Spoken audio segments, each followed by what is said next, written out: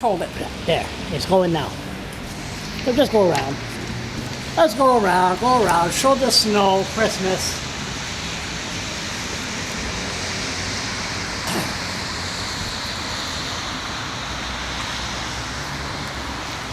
Whoa. Okay, too bad there's no beer. There you go. Charles LeBlanc here.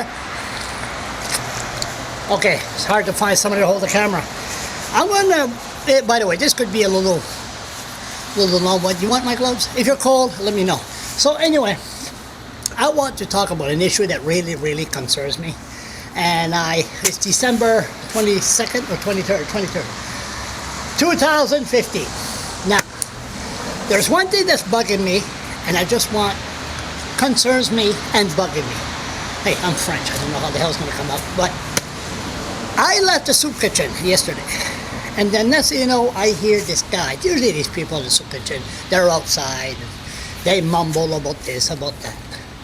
I wish I'd be allowed to take pictures of everybody in the outskirts. It will show the side of Fredericton that Brad Woodside and council don't want the world to see.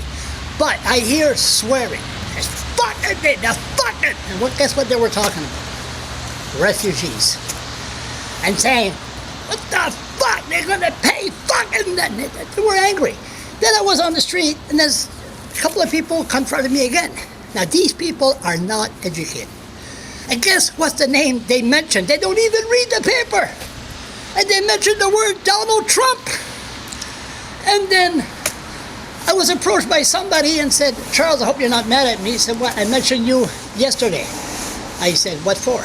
I told people that Donald Trump was the Charles LeBlanc.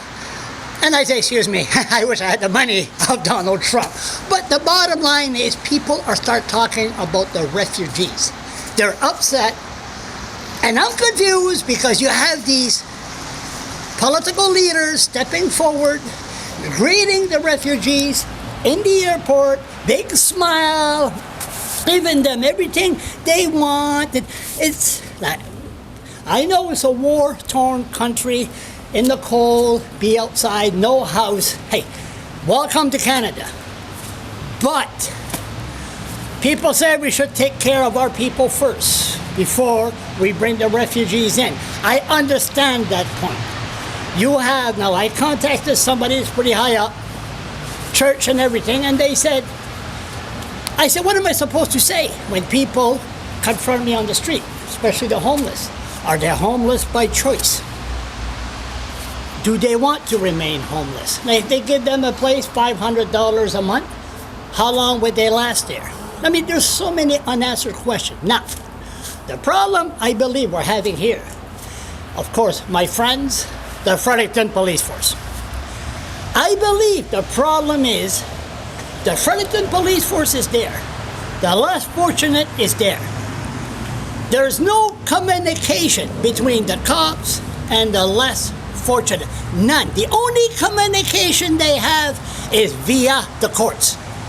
The cops are treating the less, I'm sorry, I apologize. The racist cops are treating the less fortunate, Sablog, like shit. They're not human.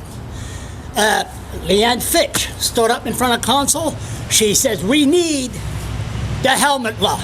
The only reason that racist chief want the helmet law is to go after certain cultures. Stop a guy at 2 o'clock in the morning. Hey, what are you doing? Hey, you know it's against the law to not ride a bicycle with no helmet? Nobody around. It's an avenue. It's just a way for the cops to go after certain culture. Now, I predict that there will be, hope I'm wrong, there will be a refugee or an immigrant that's going to be tased to death by those cops when the spring or this summer because of language barrier. I wish the cop would leave people the right to exercise. But Leanne Fitch knows if she stops the poor, the less fortunate, to don't exercise, they get fatter, and then they die. Now, one more thing. The refugee situation, I hope I'm wrong, but there's a breakdown in communication. I hope I'm wrong. I think somebody's going to get hurt. I hope I'm wrong. Brad Woodside